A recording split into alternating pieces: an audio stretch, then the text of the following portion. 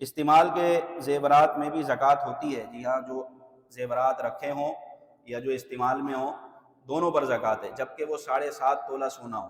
یعنی اگر وہ گولڈ ہے تو گولڈ پر زکوٰۃ اس وقت ہوگی جب وہ پورے 7.5 تولہ سونا ہے، 7.5 تولہ سے کم ہے تو اس پر زکوٰۃ نہیں ہے۔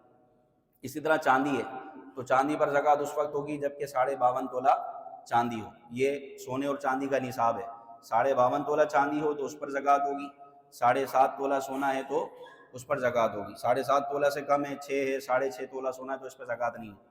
البتہ بعض لوگ یہ سمجھتے ہیں کہ بھائی جو ہم استعمال، جو سونا گولڈ استعمال میں ہے عورت کے پہنی ہوئی چوڑیاں یا زیورات، اس پر زکوٰۃ نہیں ہے، جو جمع ہے اس پر زکوٰۃ ہے۔ دونوں صورتوں میں زکوٰۃ ہے۔ نبی پاک صلی اللہ علیہ وسلم نے دیکھا کہ حضرت عائشہ صدیقہ رضی اللہ تعالیٰ عنہ کے ہاتھ میں ایک چھلا تھا، غالباً وہ چاندی کا تھا یا سونے کا تھا، تو حضور علیہ السلام نے فرمایا کہ اس کی زکوٰۃ نکالتی ہو؟ سرکار نے سوال کیا۔ اسی طرح ایک عورت بارگاہ رسالت میں حاضر ہوئی، اس کی چھوٹی بیٹی تھی، اس کے ہاتھ میں سونے کے 2 موٹے کنگن تھے، تو نبی پاک صلی اللہ علیہ وسلم نے فرمایا کہ کیا تم اس کی زکوٰۃ نکالتی ہو؟ اس نے عرض کی نہیں، تو ارشاد فرمایا کیا تمہیں یہ پسند ہے کہ اللہ تمہیں اس کے بدلے جہنم میں ڈال دے؟ تو وہ سونا خواہ استعمال میں ہو یا سونا رکھا ہوا ہو، اگر 7.5 تولہ سونا ہے تو اس صورت میں زکوٰۃ نکالنی ضروری ہے۔